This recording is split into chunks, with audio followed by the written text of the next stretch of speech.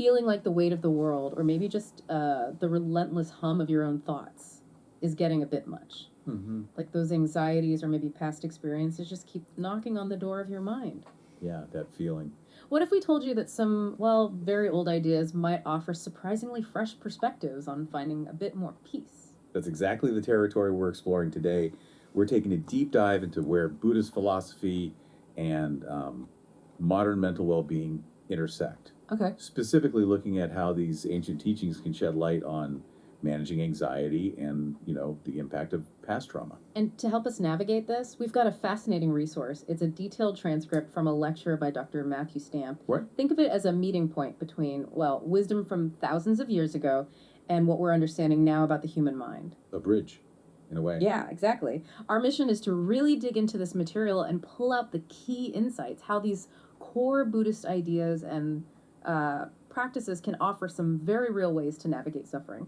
Okay, so where does this journey into Buddhist thought actually begin? It starts with a man named Siddhartha Gautama. He was born a prince way back in 563 BC. Wow, okay. A long time ago. Yeah. Lived a life of privilege, apparently, but then at 29, he made a pretty dramatic shift. Chose a path of renunciation. Renunciation, so giving it all up. Pretty much. And this led him to intense self-discipline and famously 49 days of meditation under the Bodhi tree. The Bodhi tree, right. And it was there that he experienced enlightenment and became known as the Buddha. That's a pretty radical life change. And from that point, how widespread did this philosophy actually become? Well, today, estimates put followers somewhere between 500 million and 1 billion people globally. Huge numbers. It is. And what's interesting is that it's often seen less as a traditional religion in the Western sense, maybe, and more as a philosophy or a moral framework. Focused on Understanding and overcoming suffering, or dukkha, as it's called. These core teachings really took shape around, 500 years before Christ.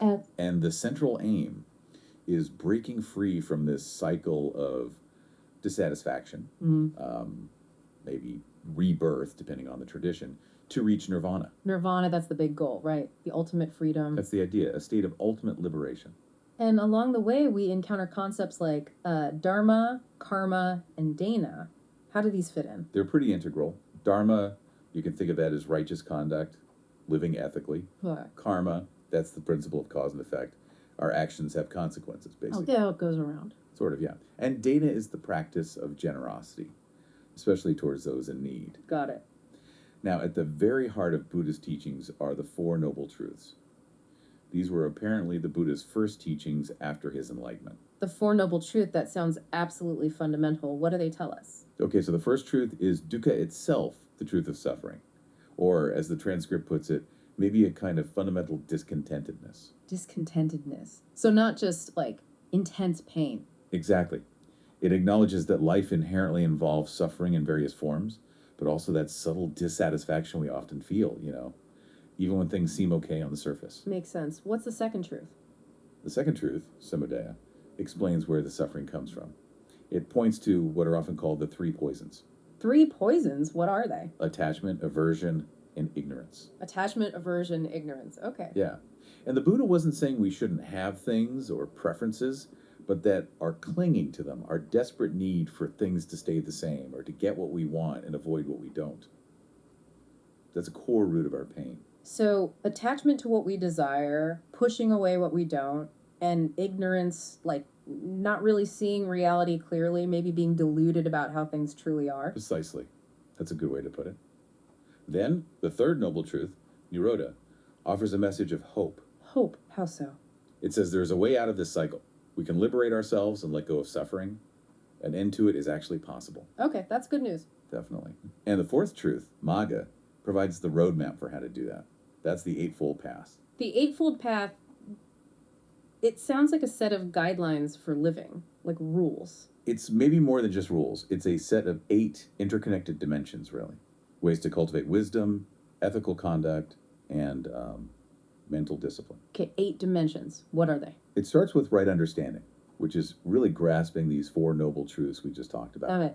And right intention, which involves actively steering our thoughts and motivations away from those 3 poisons: attachment, aversion, ignorance. Okay, that's the wisdom aspect, understanding and intention.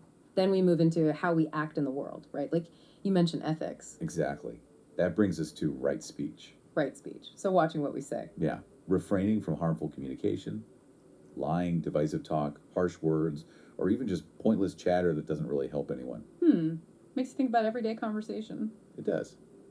Then there's right action.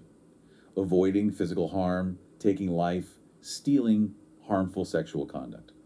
Pretty straightforward, ethically speaking. Right. And right livelihood.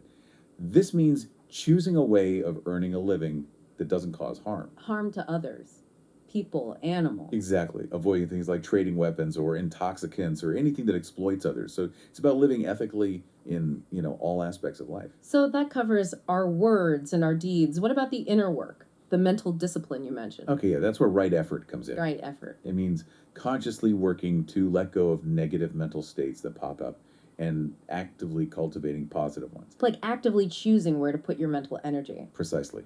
Then there's right mindfulness.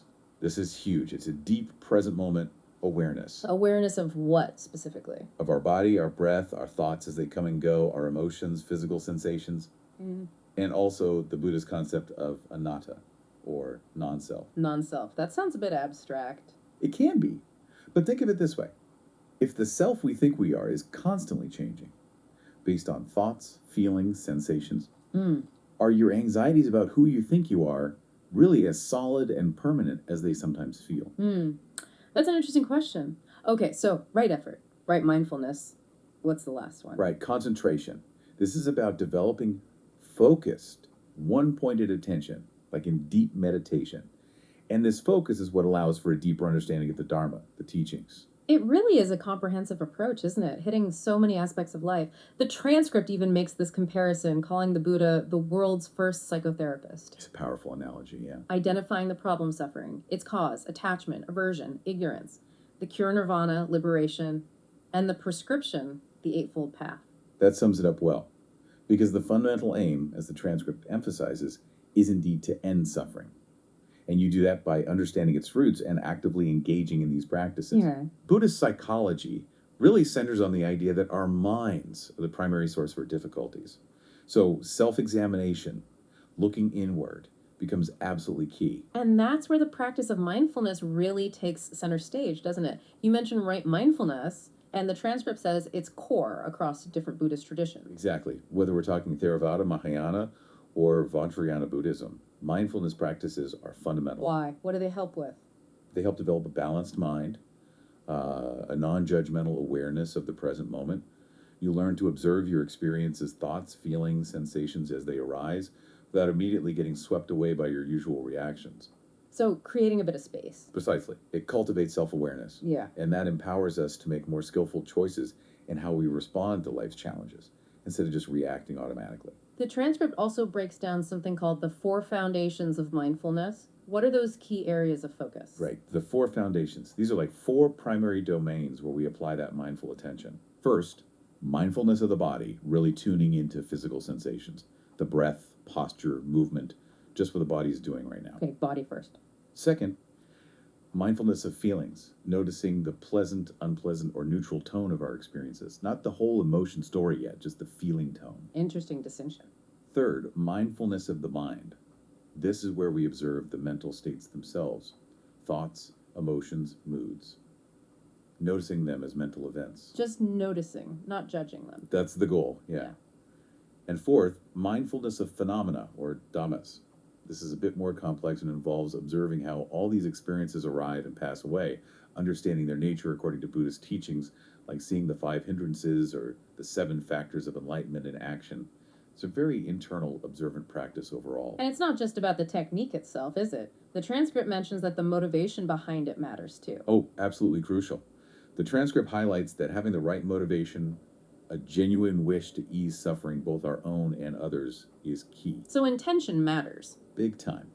This intention, combined with right mindfulness and right concentration, forms the bedrock of effective Buddhist mindful meditation. And, things like living in line with Dharma, performing wholesome karma, practicing Dana generosity, these also contribute. They build a sense of purpose, interconnectedness, which can really counter the isolation often felt with anxiety or trauma. It's remarkable how these ancient insights have found their way into, well, modern Western psychology.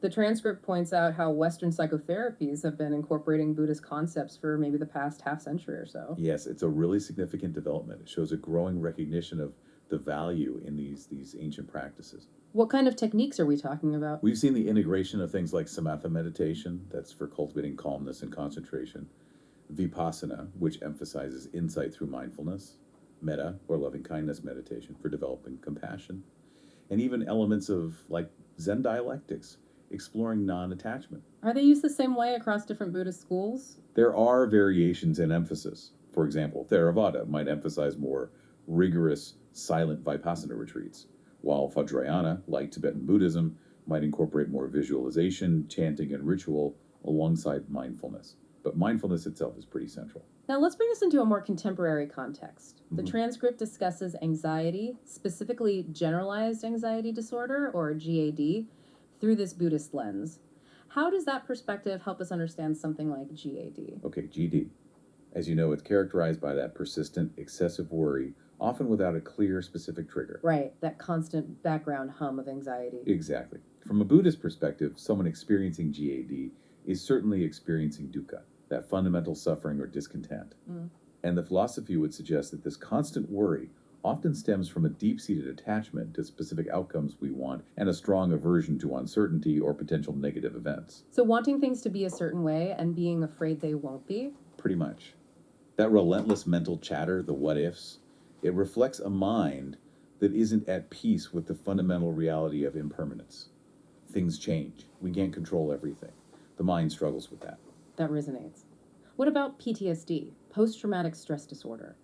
The transcript mentions those recurring intrusive memories, avoidance, that state of hyperarousal. Right. And it's important to remember PTSD isn't just about combat veterans. It can affect anyone who's endured a significant trauma. Of course. From a Buddhist standpoint, PTSD can be understood as the mind becoming, well, stuck, fixated on the past trauma, struggling intensely to accept what happened.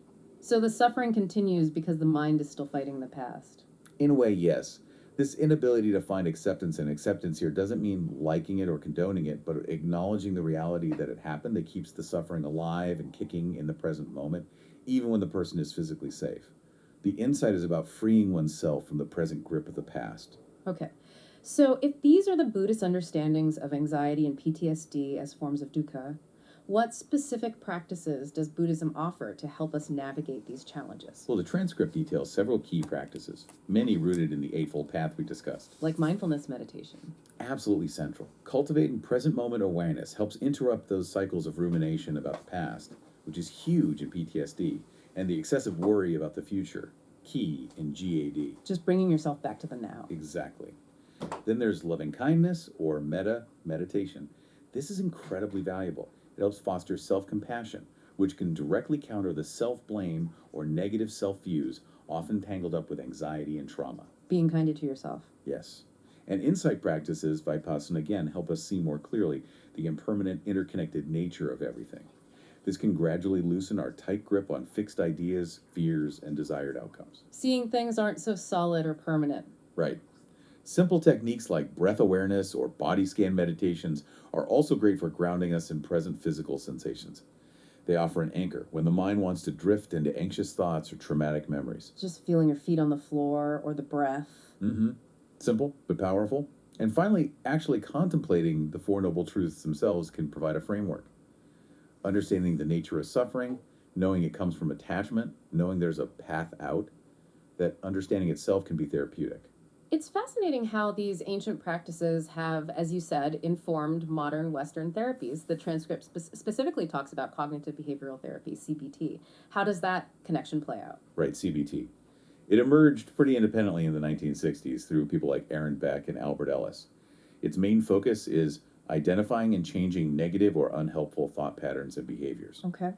What's striking is that even without, direct initial influence from Buddhism, CBT's core principle that our thoughts significantly shape our experience of reality has a really strong parallel in Buddhist philosophy. How so? Well, the Buddhist idea that our sense of self is somewhat of a construction, heavily influenced by our thoughts and perceptions, isn't that far off from CBT's idea that changing thoughts changes feelings and behaviors. Both see thoughts as powerful mediators of experience. So both traditions recognize the power of our thoughts, but the way mindfulness is approached seems to differ, right? You mentioned that earlier. That's a crucial distinction, yes. Yeah. In standard CBT, mindfulness might be used as a tool to notice negative thoughts so you can then challenge or restructure them.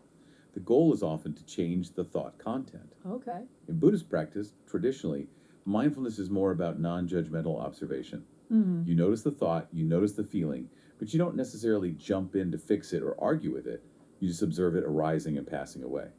Creating space, like we said. Learning not to get hooked by the thoughts. Exactly, learning to relate to them differently. And then there's mindfulness-based stress reduction, MBSR. That seems even more directly connected to Buddhist practices. Oh, absolutely. John Kabat-Zinn developed the 8-week MBSR program at MIT back in 1979, initially to help people manage stress and chronic pain. Okay. He explicitly drew upon and, importantly, secularized core Buddhist meditation practices, particularly samatha, calmness, and vipassana, insight mindfulness. He took the practices out of the religious framework. And what does MBSR involve? It emphasizes cultivating that present moment, non-judgmental awareness, through things like formal sitting meditation, body scan meditations, mindful yoga or movement, applying mindfulness to everyday life. And it's used for?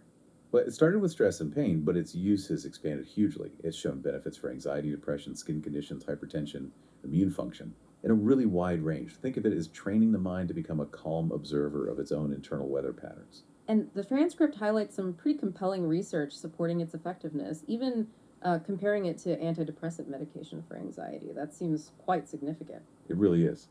That 2022 study mentioned found that participants who completed an 8-week MBSR program experienced, on average, a similar level of reduction in anxiety symptoms as those treated with a standard antidepressant. Wow. And there's also growing evidence supporting its benefits for individuals with PTSD as well. It's become a well-established intervention. And building on that, we have mindfulness-based cognitive therapy, or MBCT. How does that fit into this picture? Is it similar? Yes, MBCT is essentially a blend, a combination of CBT and MBSR. Okay, the best of both worlds. That's the idea. It was primarily developed by Zindel Segal, Mark Williams, and John Teasdale to help prevent relapse in individuals who've had multiple episodes of major depressive disorder. So focused on preventing depression from coming back. Primarily, yes. But research has also shown positive effects for GAD. It integrates those Buddhist-derived mindfulness practices from MBSR, the awareness, the acceptance of thoughts and emotions as temporary mental events. Aligning with that idea of impermanence. Exactly. It helps people recognize the early warning signs of a depressive spiral, those negative thought patterns. CBT is good at identifying, but teaches them to relate to those thoughts with mindful detachment rather than getting caught up in them.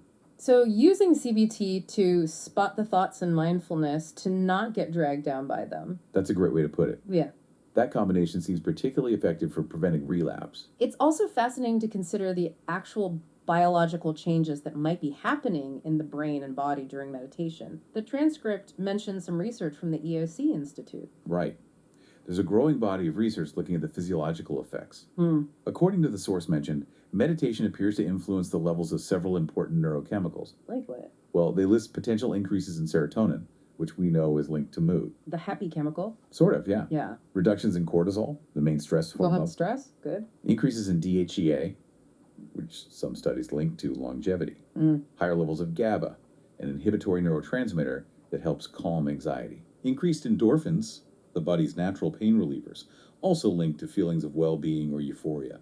Elevated growth hormone, potentially related to cell repair and anti-aging, and increased melatonin, which regulates sleep. That's quite a list of potential biological benefits. It makes sense why it might help with mood, stress, even sleep. It does suggest plausible mechanisms for how meditation might exert its effects on mental and physical health. It's interesting, too, how the healthcare system often validates therapies through things like, insurance reimbursement. Does that apply here? It's a practical reality, isn't it? While your insurance probably won't cover sessions with a traditional Buddhist monk focused solely on, say, Dharma teachings, Right. these secularized approaches like MBSR and MBCT are increasingly recognized by the system. They're often considered medically necessary treatments for various psychological conditions, and they do have established CPT codes, which are the codes used for insurance billing. So that signifies a certain level of mainstream acceptance. I think so, yeah. It shows they're being integrated to a degree within the Western healthcare model. Now, it's important we maintain a balanced perspective here. The transcript, thankfully, also touches on some of the potential cautions, maybe even contraindications associated with meditation practices. It's not all sunshine and roses. No, and it's crucial to acknowledge that. While meditation offers significant benefits for many, many people, it's not universally beneficial or risk-free for everyone. Okay. The transcript points out, rightly, that meditation involves a complex interplay of neurochemical and psychological changes. It's not a one-size-fits-all approach, meaning different individuals might respond very differently. The transcript even mentions Ayurvedic concepts, suggesting certain personality or energy types might find specific kinds of meditation more or less suitable than others. Interesting. It also raises a really important cautionary note for individuals with a personal history or even strong family history of certain mental health conditions like psychosis or bipolar disorder. Why is that? Because in some vulnerable individuals, intensive meditation practice could potentially trigger or worsen psychotic symptoms.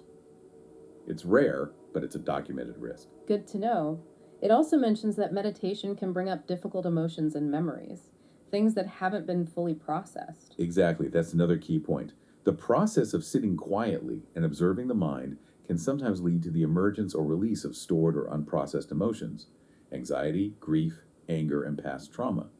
Long forgotten memories might resurface, which can be distressing if someone isn't prepared or supported. So it can be destabilizing sometimes. It potentially can be for some people or at certain times. The transcript lists a range of potential adverse effects that have been reported in some research studies. Such as Things like increased anxiety or even panic attacks, paradoxically.